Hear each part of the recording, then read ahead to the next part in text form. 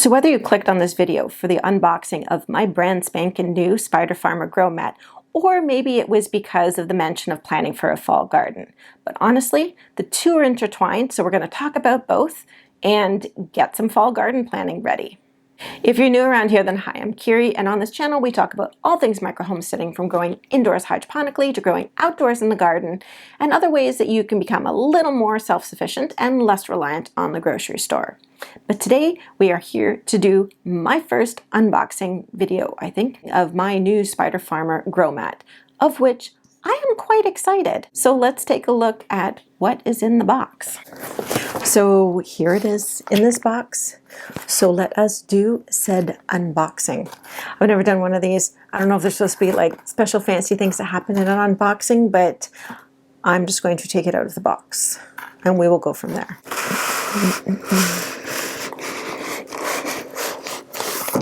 Ooh. Okay, first impressions. Appreciate the bag, nice logo. And no, but seriously, a bag is nice, so if I'm not using this, I can wrap it up as it is in here and then store it away, because in reality, I'm not using this every single day. I'm using it when I need to use it to get all my seedlings started. So having a way to safely store it, I appreciate that. Let's see what we have in here. Okay, it feels good. It definitely feels good. Let's see. Okay. This actually feels nicer than some of the other ones I've seen. It's got all of the information. So the heat mat is 10 inches by 20.75 inches long, which is about the size of, I think, the 10-20 trays. I know I like the Bootstrap Farmer ones. I'll put the link down in the description below. So it can warm them from 50 to 77 degrees Fahrenheit over ambient. It says on the mat itself that the mat is designed to raise the rooting area temperatures approximately 50 to 77 degrees Fahrenheit or 10 to 25 degrees Celsius above the ambient air temperature. A good average temperature for encouraging germination is between 70 to 85 degrees Fahrenheit or 24 to 30 degrees Celsius. So this mat is going to do it. It just gently warms it and just helps to get your seedlings started a little bit quicker. For this one, and I'll put it on the screen, but the model number is the XHC F042, and I also put a link down in the description below. But so far I'm impressed. So it's got its plug here. Oh wait, there's more. This one actually comes with a thermostat, which is really nice. I have a heat mat already. It's getting kind of old and I think it's on the fritz, so this could not come at a better time. Plus, and we're going to talk about this a little bit more in a second, I'm about to start all the seedlings for my fall garden. And it's June right now. In order to have the harvest for the fall, I need to get started now. Having a new heat mat is going to be ideal. I'm pretty impressed with this. So it's got the button to set, it's got the button to increase or to decrease the temperature. It's got a digital display. And it shows, it's got buttons here for Fahrenheit and Celsius. I'm assuming you can switch between the two. And then the power light and an output light. And then it has, ooh, a sensor of sorts. We'll have to find out exactly what that's all about, with a sticky on it. So there is, you guys can see it, it's kind of dark, but there, we'll use the light. There is a plug on the bottom. One would assume that heat mat plugs into here, but I am going to have to get this all set up. So I'm going to take my little storage bag and put that away safely so that I can use that later on. So the thermostat is nice because then you can kind of adjust what temperature your heat mat's going to be at. The other one that I have, you just plug it in and it's on for that temperature all the time. So this one that it can be customized, I really like that. I think I'm going to clear a space on my desk here and I'm going to set it up right here to get my seedlings started, and I will find one of my grow lights and we'll get it set up. And then through the magic of editing, I will show you guys with all my seedlings, and then I will do a follow-up video on this later on to see how they are progressing. But before we get to that point, I have to get this thing set up. And you know I'm not going to get through this video without having a quick talk about seeds. So I just want to go through a few of the ones that I'm going to be starting on the Spider Farmer heat mat. We will talk about seeds, don't worry. So I've cleaned off a little bit of space. and I'm going to start walking through setting up this heat mat. So I just have it laying down on the table. Just going to plug it into the thermostat. So I'm going to get this plugged into the wall and we'll see what this thermostat says. If you want to know what it's currently set to, you can press this button. I don't know if you can see, but you can press this button and it shows, oh my God, I have to hold it down, 33. So that's what it is set to currently. But right now from the probe, just in the ambient air, it is reading 26.5, which we can see currently on the screen. All right, so you can see that mine is set to Celsius, which is perfect because I'm in Canada. But if I wanted to change that to Fahrenheit, all I would have to do is to find the up button, which has the Fahrenheit on it. I would press that for 3 seconds, and then the display would switch over to Fahrenheit, and I would be good to go. But I want mine back in Celsius. So I'm going to go and press the down button for 3 seconds, and we are back in Canada. So I think that just about covers all of the basic setup. All we have left to do is insert the probe. Know what you're thinking, but no.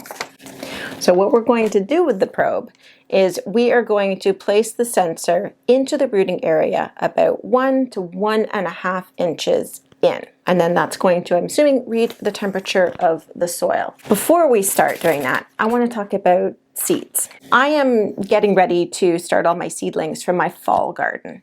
And the fall garden is going to be different than what you would have in the summer. So at the beginning of the season, you go to the nursery or the grocery store that has the plants as well, or wherever, and you will see most likely everything. Now, that doesn't actually mean that it is the best time to plant. Some things are better suited to coming out of a fall garden, which means that they would need to be planted in the summer, for me, round about July. Because we're coming up to that, I need to start thinking about that, and I want to give them their best start, so I'm going to start them indoors with a grow light on my new Spider Farmer heat mat. So depending on where you live, the most important thing is the amount of frost-free days that remain. We also have to be careful when we're planting for a fall garden, because most of the time we're going to be putting it outside after the summer solstice, which we are because, actually, it's today. But after this point, we're going to be losing a light, little bit at a time. I know it doesn't seem like it because it's summer and you want to be out, but technically, longest day of the year, everything after this is going to be shorter. What we need to do is we need to account for that. General rule of thumb, or what I do, is I add about 10 to 14 days to the days to maturity that you're going to see on the seed packet.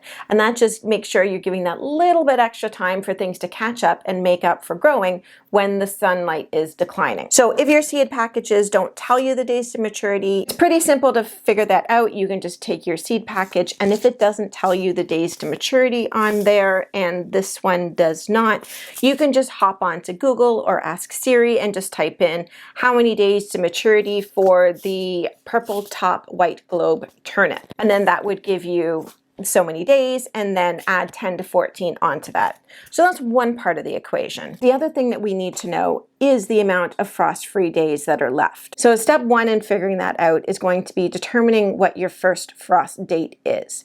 So that's very easy to just go into Google or wherever you get your information from. So what you can do is you can just go to Google and type in when is the first frost date for, and then put in the city where you live. If you're in a really small place, you may have to put in a closer, larger city, but it will give you an idea of the first frost date. Then what you need to do is either grab yourself an old-fashioned calendar and start calculating it out, or just ask Siri or Google or whatnot, how many days are left until whatever that frost-free date is. Mine tends to be around October 10th. Hey Siri, how many days are there left until October 10th? It's 112 days until then. Perfect. So I have 112 days left of frost-free days. Kind of. So when you get that first frost date, it's an average. It doesn't mean that the first frost will hit me on October 10th. It could be October 5th. It could be October 20th. It's hard to say, but on average, it is around October 10th. Even though I have 112 days, I'm probably not going to bank on that just to make sure. Now, it's also going to depend on what types of plants you're planting. If you're planting a cold-sensitive plant, it's going to be much more important to make sure that there's enough buffer in there. If it is going to be a cold hardy plant, then it's not so important because those plants can survive a light frost. So it should be okay if we go a little bit past that. Even further if you're giving some type of cover, like in a hoop house or a greenhouse or something like that. But just generally, they are going to be able to go past that date and you don't have to be as cautious. So for my turnips, it says on the back of the package that they are frost hardy. So that is good. So I know that I'm not going to have to be as careful with these as I would with something else. Say if I was planting a zucchini, one of the ones I actually like to plant towards the end is the Ronde Denise, which I get from Baker Creek. It's somewhere in here. But that one is, I think, 60 or something days to maturity.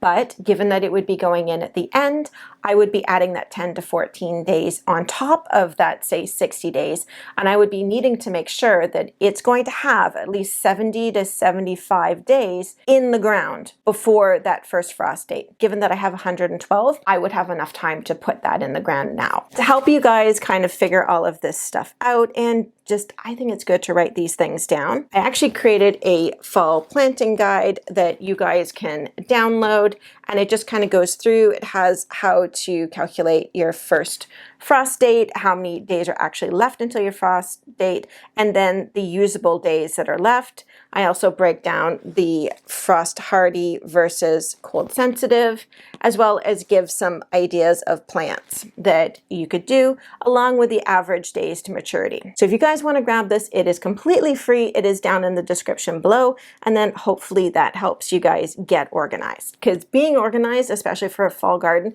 is super important. You don't want to invest all the time and then suddenly have a frost hit unless it's freakishly early, and then there would be nothing you could do about that.